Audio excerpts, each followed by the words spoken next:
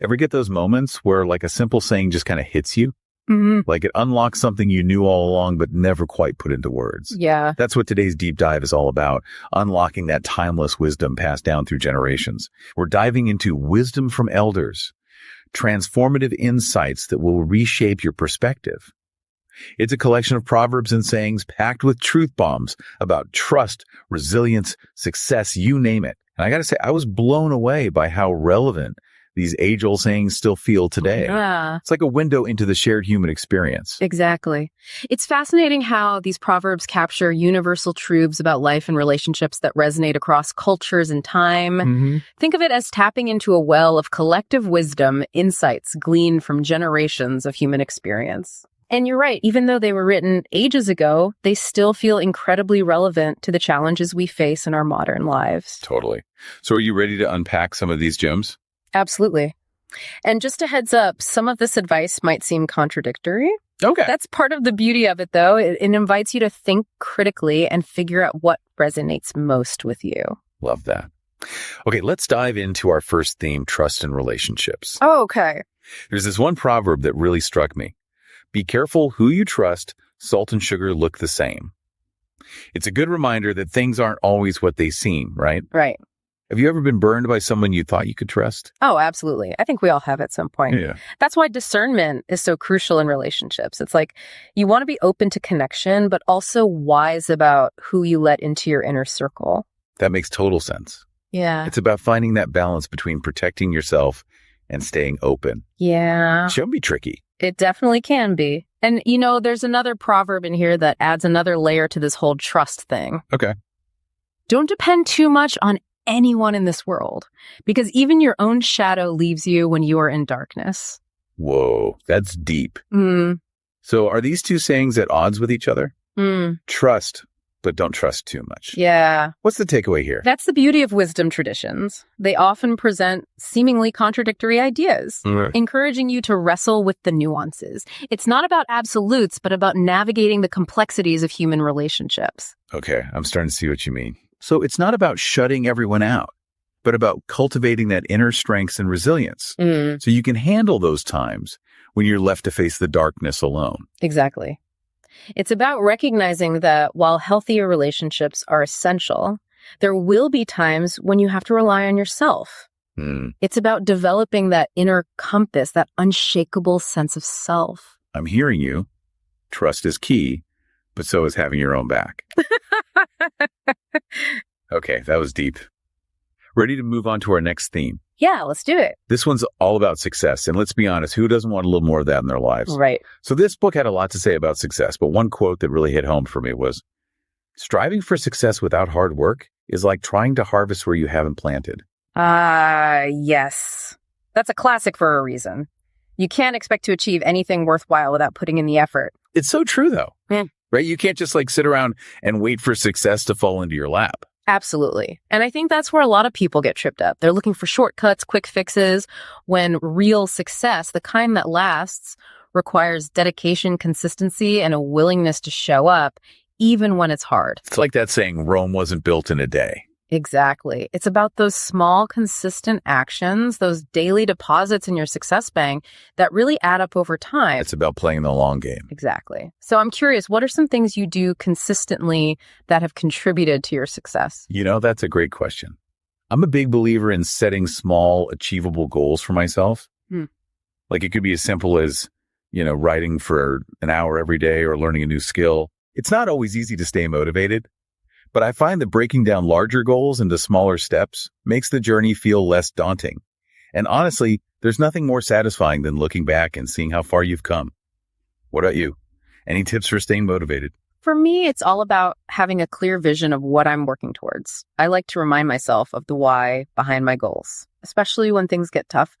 And, sometimes it's also about giving yourself permission to not be perfect, to embrace the ups and downs that are a part of any journey. So true.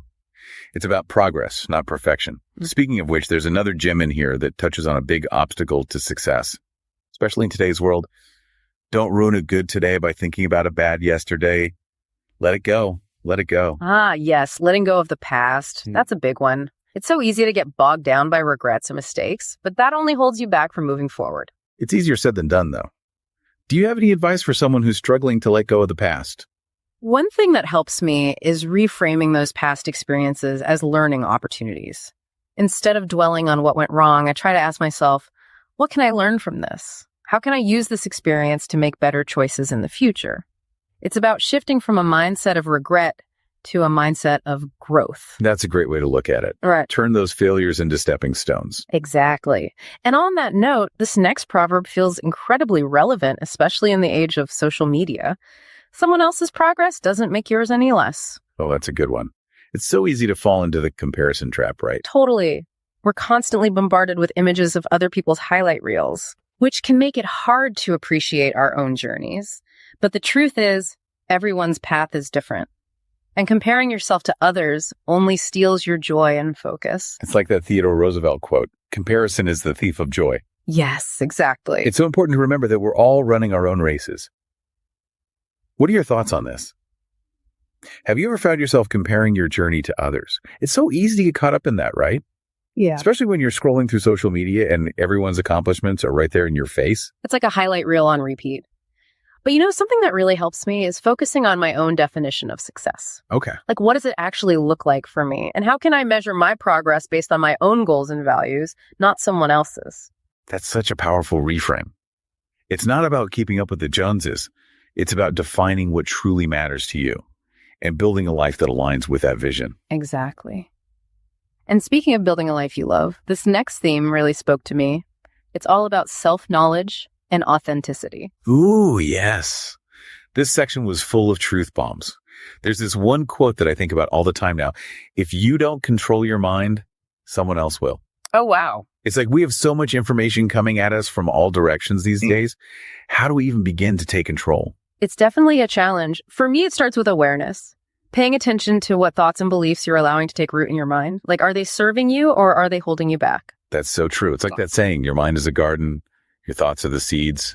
You can grow flowers or you can grow weeds. I love that analogy. And once you're aware of those thoughts, you can start to choose which ones you want to nurture and which ones you want to let go of. So it's about being intentional with our thoughts. Exactly. And it's not about suppressing negative thoughts altogether. That's impossible. But it's about learning to observe them without judgment and choose a more empowering perspective. That makes sense. It's like training a puppy. You don't punish it for having accidents. Yeah. You gently guide it towards the right behavior. I like that. And this next proverb ties into this idea of self-mastery beautifully. You're being judged no matter what, so be who you want to be. Right. Why waste energy trying to please everyone else when you can't please everyone? Right. It's so liberating when you finally embrace that truth. You're going to be judged regardless. You might as well be true to yourself. Exactly. Right. And when you're comfortable in your own skin, when you're living in alignment with your values, the opinions of others just don't hold as much power over you. It's like you build up this inner confidence that deflects the negativity. Precisely. And on that note, there's another gem in here that I think is so important, especially for anyone who's ever felt unheard or undervalued. Silence is the best answer to someone who doesn't value your words. Ooh, that's a powerful one. It reminds me of the quote, not everything deserves a response. Exactly. Sometimes the most empowering thing you can do is walk away from negativity and refuse to engage. It's about protecting your energy and choosing your peace. Absolutely. And finally, this last proverb speaks to the importance of knowing your worth and setting boundaries. Don't let anyone ever make you feel like you don't deserve what you want. Yes. You teach people how to treat you. And if someone's constantly diminishing your dreams or making you feel small, it might be time to reevaluate that relationship. Couldn't agree more. It's about recognizing that you deserve to be surrounded by people who lift you up and support your growth. So as we wrap up this deep dive into the world of timeless wisdom, what's one key takeaway you want our listeners to walk away with today? If there's one thing I hope listeners will remember, it's this. Wisdom is a journey, not a destination. It's about cultivating self-awareness, embracing curiosity, and being open to learning from both the highs and lows of life. Beautifully said.